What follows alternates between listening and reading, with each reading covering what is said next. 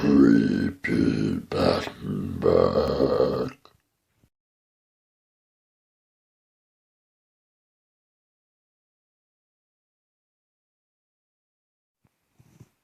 Hello again.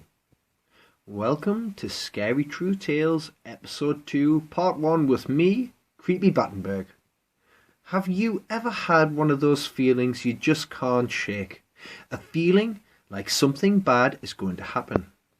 It's human nature to get these feelings, especially when we are stressed or anxious. But what if there is a reason for your dark foreboding? And what if something bad was to follow? In episode 2, I have 5 stories to share with you, and all involve premonitions of sorts. Not only that, but we have an apparition to contend with. I hope you enjoy this episode, and if you do, remember to give a like and subscribe for more. Story number 1. A Father's Warning. I had a friend called Charlie. He was what you would call a man's man. Tough as nails. He never cried, at least not in front of anyone, not even when he was facing the end. I admired him for that, but not only that, he had many qualities. I always enjoyed his company. He had a wealth of life experience, a real man of the world. We would often talk, especially when working together on one of our projects. One day, the conversation turned to his father, but probably not in the way you are thinking.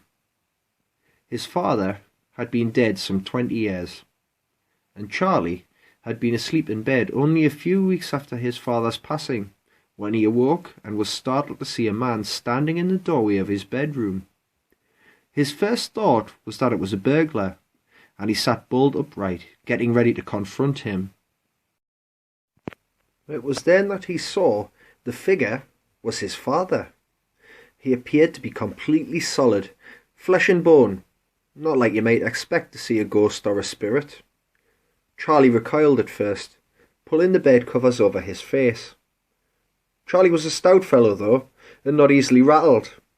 It wasn't long before he took another look to see that he was still there, looking over him. He didn't appear to move at all. He just continued to gaze at Charlie.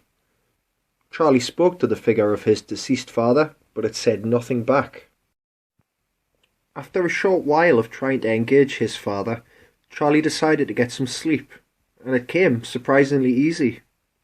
From then on, he said that he saw his father every night in life. He would always say hello to him, but his father never spoke back. I didn't really know what to make of his story, but I knew he was not the kind of man who would make something like that up. He was so level-headed and scientifically minded. I would often ask him if he still saw his father at night. He was always adamant that he did. And one day, when I asked him, he said that as usual he did. Only recently, there was something different about him. He said that his dad would still stand and look at him, but was holding a red card, just like a football referee would. I told Charlie that I thought there may be some symbolic meaning behind it. He brushed this off, but I could see he had thought about it. I would not see Charlie for another week after then, but when I did, he was obviously ill. He said he felt poorly, but I could see he was worse than he let on. He looked grey, and his eyes were yellow. He soon found out that he had a very aggressive form of cancer, and he was to pass away only 4 weeks later. Did Charlie's father love him so much that he watched over him from beyond the grave, even to the point of warning him his life was in danger?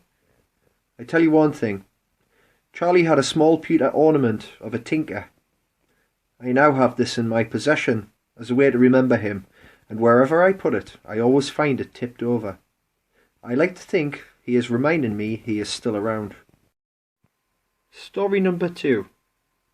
Ignorance is bliss. When I was 18 years old, I still lived at home with my parents and younger brothers. I was drifting off to sleep one night when I had a dream. It was very vivid for a dream happening so early in the night.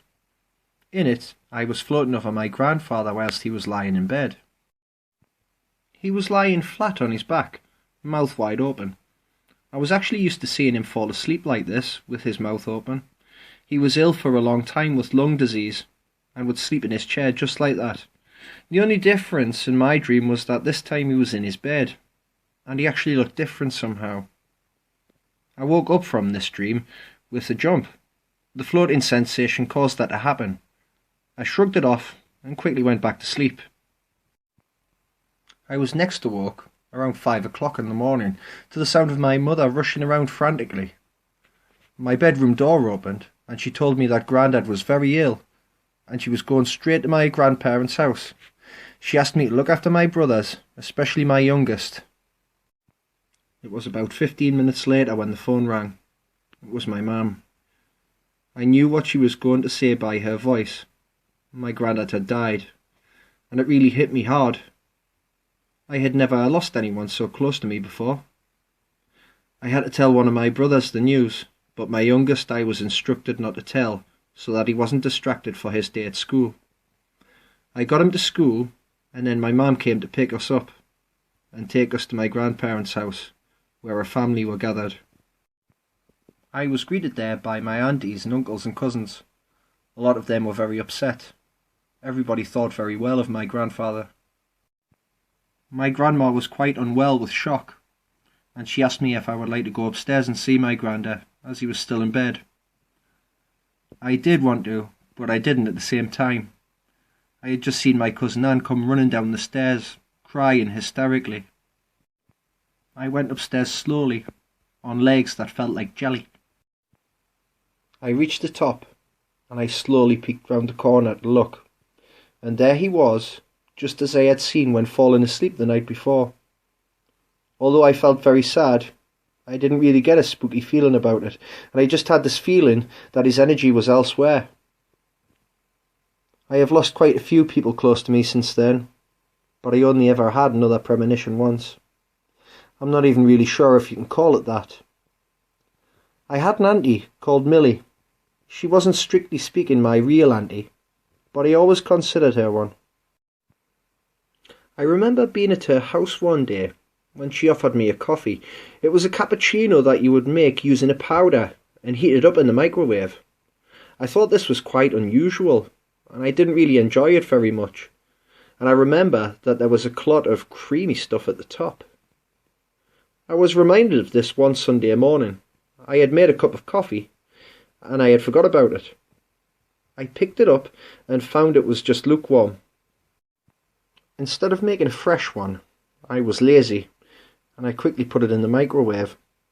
I took it out after about 10 seconds, and I was surprised to find it had a milky clot on the top. And that was strange.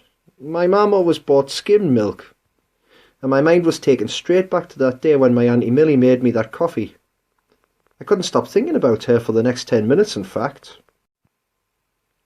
It had been a while since I seen her. I wondered how she was getting on. Then all of a sudden there was a knock at the door. It was quite loud. My mum answered it, and it was a lady with red curly hair who I recognised, but I couldn't quite put my finger on where from. I then heard her saying that Millie Smith had just died, and she was spreading the news. This was a huge shock to me, as it was to all of us. Luckily, I have never had any other premonitions before or afterwards, and if I'm honest, I would prefer not to know when someone is going to die. Ignorance is bliss, they say.